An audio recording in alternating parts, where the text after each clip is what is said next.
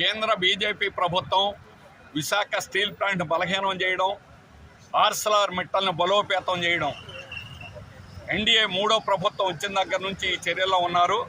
అందుకని Arcelor మిట్టల్కి captive steel ప్లాంటే కాదు, captive port ఇచ్చారు. నక్కపల్లిలో పోర్ట్ ఇవ్వడం, అట్లాగే పుట్టుక ముందే దానికి సొంత గనులు సమకూర్చాలని చెప్పడం అనేటువంటిది ఆర్సెలర్ మిట్టల్ని నెత్తిన పెట్టుకొని పూజించుకోవడం తప్ప ఇంకోటి కాదు. 35 ఏళ్ల నుంచి సమర్థవంతంగా నడుస్తూ దేశంలోనే #1 క్వాలిటీ కలిగినటువంటి ఉక్కును తయారు చేస్తున్న వైజాగ్ స్టీల్ ప్లాంట్కి సొంత గనులు ఎందుకు అడగరని చెప్పేసి అడుగుతున్నాం. అందుకని కావాలని దీన్ని బలహీనం చేసేదానికి నువ్వు ప్రయత్నం చేస్తున్నారు కేంద్ర ప్రభుత్వం. అలాగే రాష్ట్ర ప్రభుత్వం కూడా వాళ్ళకి తానంటుంది.